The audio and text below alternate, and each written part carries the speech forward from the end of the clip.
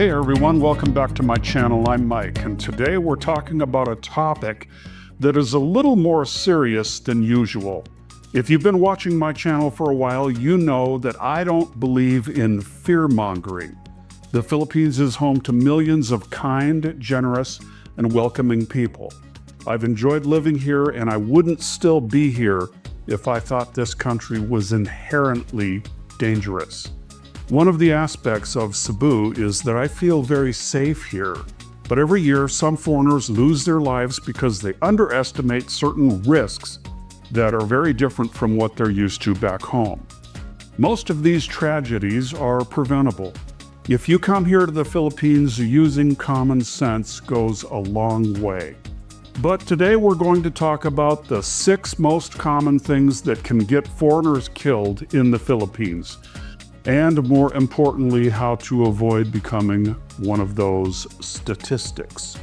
Before we get started, please hit that like button, subscribe to my channel, and ring that notification bell so that you don't miss future videos about living and retiring right here in the Philippines. All right, let's get into it.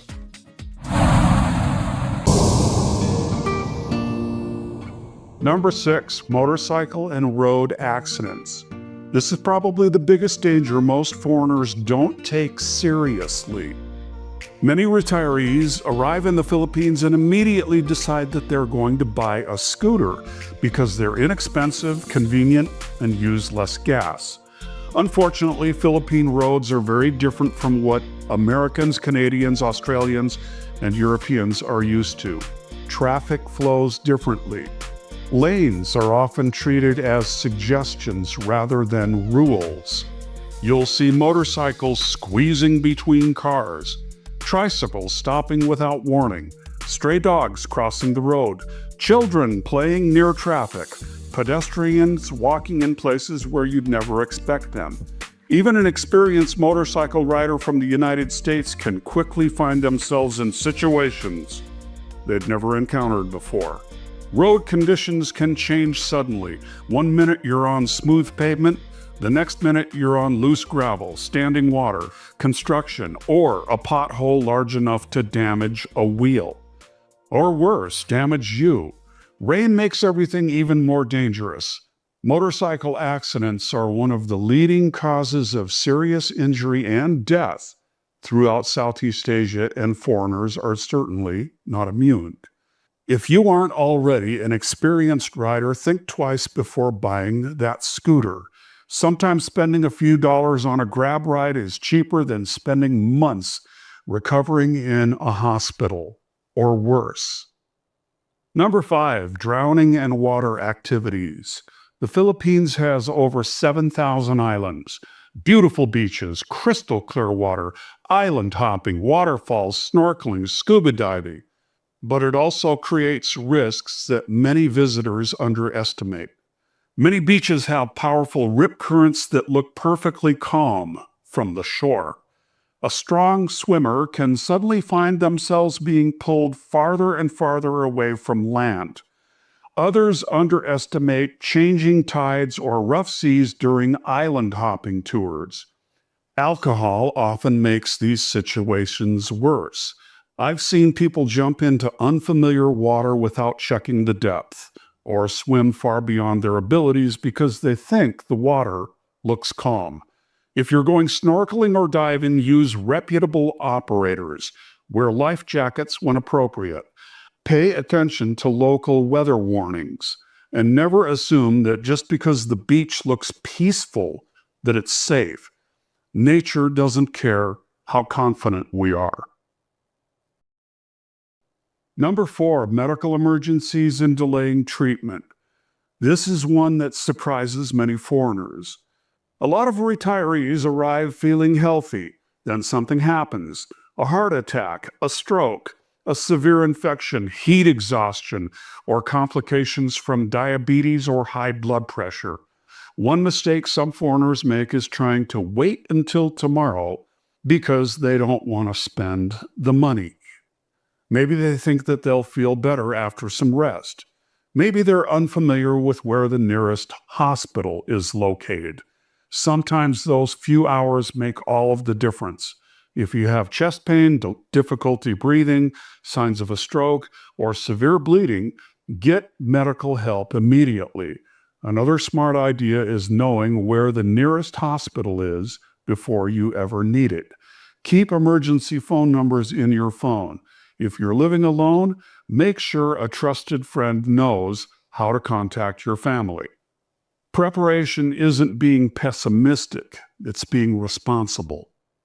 Okay, number 3 on my countdown: crime, robbery, and putting yourself in dangerous situations. A little disclaimer here: most Filipinos are honest people. The vast majority are incredibly friendly. But just like in every country in the world, crime does exist. Many foreigners become targets because they unknowingly advertise themselves. They wear expensive jewelry, flash large amounts of cash, leave bars late at night while intoxicated, walk alone through unfamiliar neighborhoods, or believe that everyone that they just met has good intentions. Sometimes robberies become violent when victims resist. Other times, foreigners find themselves involved in disputes over money, relationships, or business that escalate much faster than expected. One of the best safety habits is simply avoiding unnecessary risk. Don't flash cash. Keep your phone secure. Use reputable transportation at night. Tell someone where you're going if you're traveling alone. Trust your instincts. If something feels wrong, leave. Trust those instincts because you don't want to put yourself into a risky situation.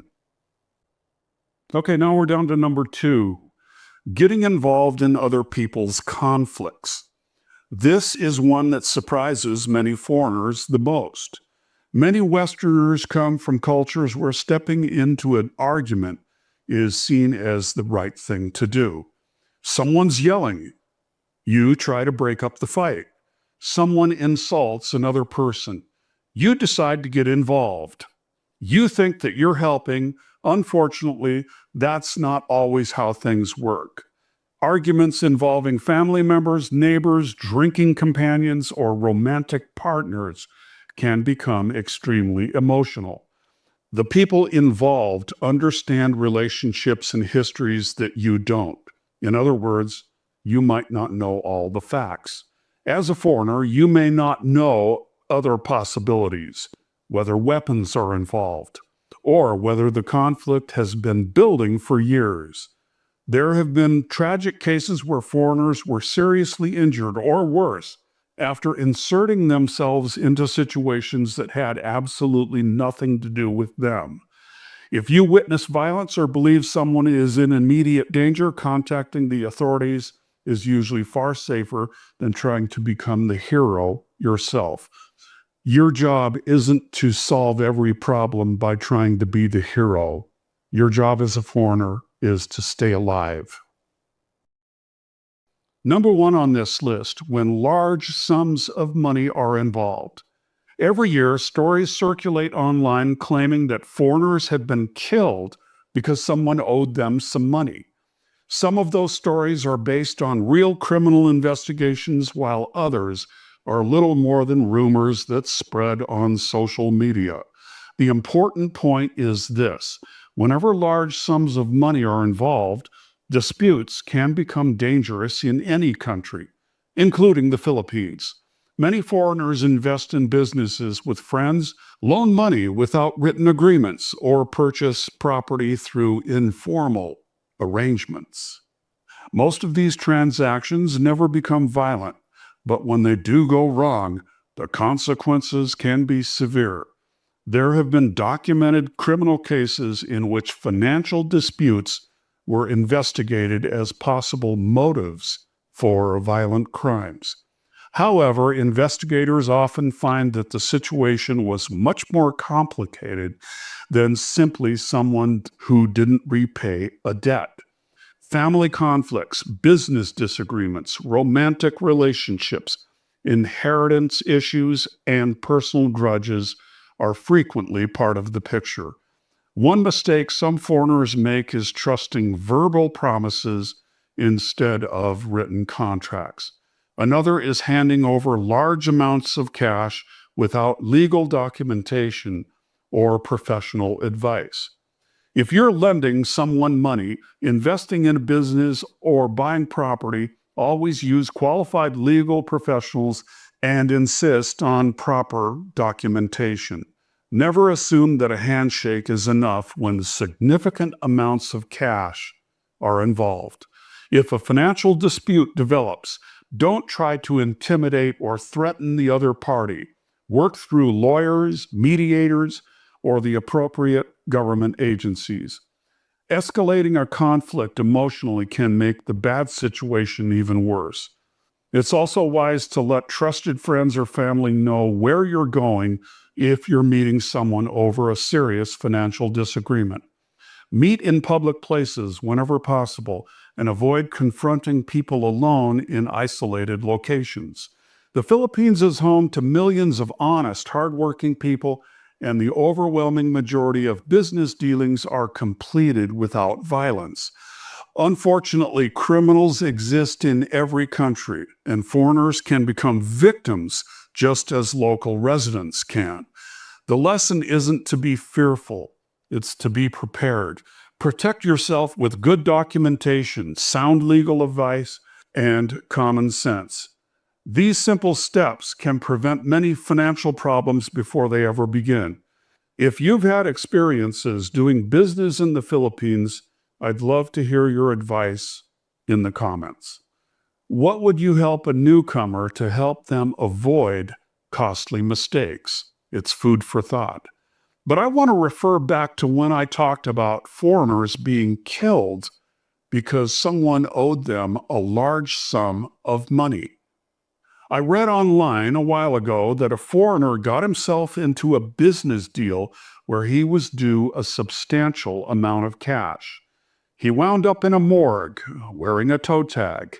The ongoing investigation established a motive that the person who owed the foreigner money was the prime suspect. And I never read any updates on whether or not the case went to trial or if there was a conviction. And I should add that most of the time when you get into a business deal and you're a foreigner and you're owed money from a Filipino, usually your life is not going to be in any kind of danger. Okay, a few final thoughts. Now, after hearing this list, some people will inevitably ask, Mike, are you saying that the Philippines is dangerous? No, that's not what I'm saying at all. In fact, millions of Filipinos and foreigners safely go about their lives every single day. Millions of tourists visit every year without incident. I've met some of the kindest, most generous people of my life here. In a nutshell, the Philippines is very safe. Well, that's going to wrap up this video. Thanks for being here with me today. God bless, peace out, and I'll catch you in the next video.